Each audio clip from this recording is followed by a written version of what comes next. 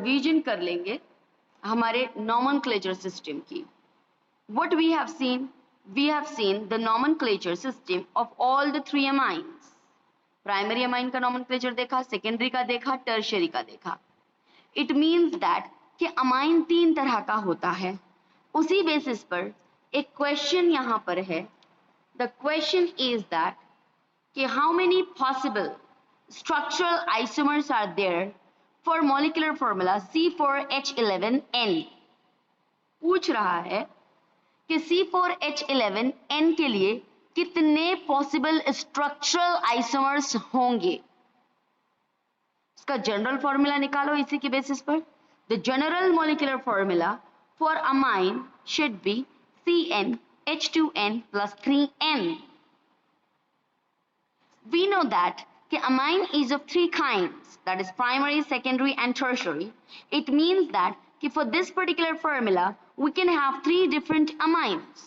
हमारे पास इस फॉर्मूला के लिए 3 डिफरेंट अमाइन हो सकते हैं या होते हैं, है ना.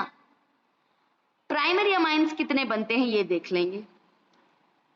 1 2 3 4 स्ट्रेट चेन बना दो, उसके आगे NH2 लिख दो. काउंट करो 3 4 5 6 7 8 9 10 11 हाइड्रोजन हो गए, 1 नाइट्रोजन हो गया, 4 कार्बन हो गए. N ब्यूटाइल अमाइन बन गया प्राइमरी वाला. दूसरा और प्राइमरी स्ट्रक्चर ही हम बनाएंगे यहां पर. CH3 CH2 CH NH2 CH3. Secondary carbon पे मैंने NH2 ग्रुप डाला है. It is secondary butyl amine. Primary amine है बच्चों, NH2 ग्रुप अटैच्ड है, primary it is, don't get confused.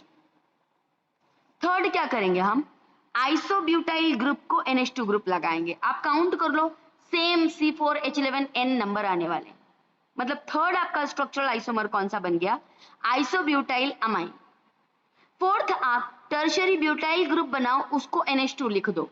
अब और कोई पॉसिबल स्ट्रक्चर इसमें प्राइमरी अमाइन के लिए नहीं हो सकता. NH2 लिखा प्राइमरी अमाइन, NH2 लिखा प्राइमरी अमाइन, NH2 लिखा प्राइमरी अमाइन, NH2 लिखा प्राइमरी अमाइन. एंड वी तो ऑलरेडी नो दैट ना कि 4 कार्बन के लिए 4 अल्काइल ग्रुप पॉसिबल होते हैं. कौन कौन से, N ब्यूटाइल वाला, सेकेंडरी ब्यूटाइल वाला, आइसोब्यूटाइल वाला और टर्शियरी ब्यूटाइल वाला. तो इसी को बस हमने NH2 लगा दिया. 4 हमारे प्राइमरी अमाइंस के, प्राइमरी अमाइन 4 बन गए, हमारे प्राइमरी अमाइन के स्ट्रक्चर बन गए. Is that clear to everybody? ये क्लियर हो गई बात आप लोगों के पास? ओके. अब चलते हैं कि इस मॉलिक्यूलर फॉर्मूला के सेकेंडरी अमाइंस कितने बनेंगे.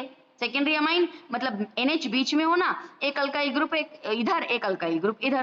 तो पहले मैंने मिथाइल लगाया, इधर N प्रोपाइल लगाया. क्या लगाया, मिथाइल लगाया, N प्रोपाइल लगाया, एक स्ट्रक्चर बना. इथाइल लगाया, दूसरा मिथाइल बनाया, दूसरा स्ट्रक्चर बना. तीसरे में मैंने मिथाइल लगाया और आइसोप्रोपाइल लगाया. मतलब ये 3 स्ट्रक्चर, 3 पॉसिबल स्ट्रक्चर्स होते हैं सेकेंडरी अमाइन के.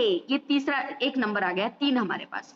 देखते हैं टर्शियरी अमाइन के कितने स्ट्रक्चर पॉसिबल होंगे इस फॉर्मूला के लिए. तो एक मिथाइल, दूसरा मिथाइल और तीसरा इथाइल, बस इतने ही पॉसिबल हो सकते हैं ना.